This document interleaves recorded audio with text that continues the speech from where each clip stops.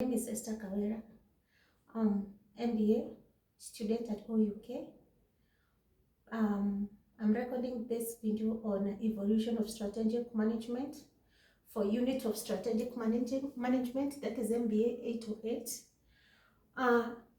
How strategic management started, I think in the late 500, is this author called Sun Tzu.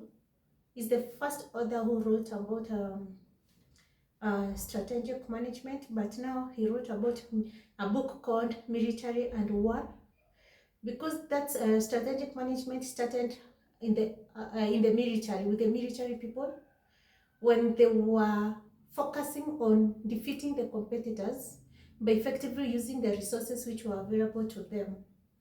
And then after Sun Tzu wrote that book on military tactics and war,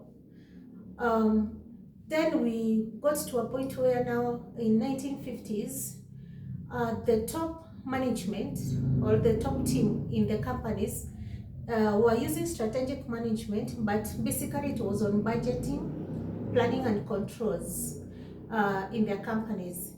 And basically they were using like tools like capital budgeting tools to control the financials of the company. And the companies which were doing that in the 1950s actually gained competitive advantage on capital control.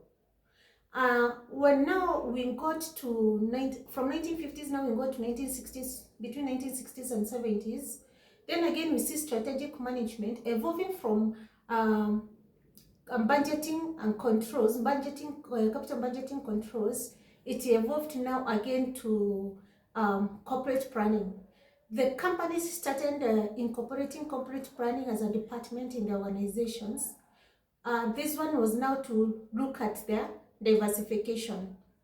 And diversification also gave now the companies who incorporated corporate planning in their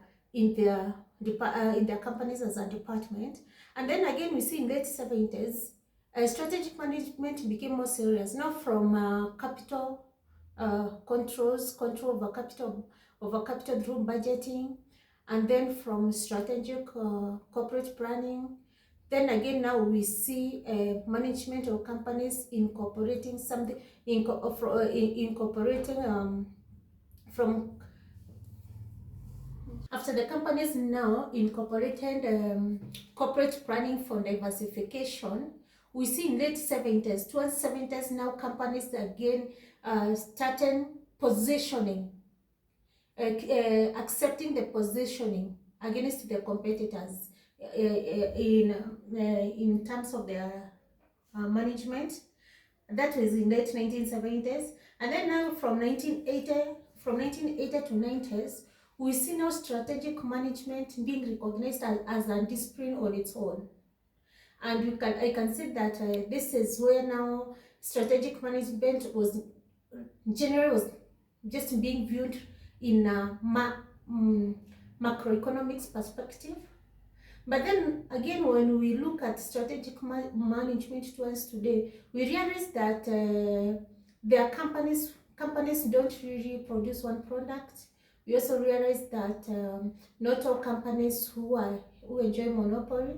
And then again, we see strategic management as really diversified, or rather evolved towards accepting these realities which were not captured in strategic management as a microeconomics aspect, to incorporate the real time or the real deal of the today world.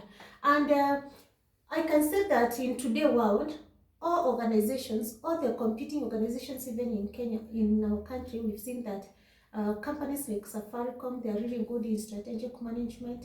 Their strategic goals, objectives, mission, visions, and statements, they are very clear. And it actually, strategic management is the first thing, because it's the roadmap which directs the organizations on how they are going to run in the long run. So I can say that strategic management has become the most important aspect for every organization in our country and in the world today.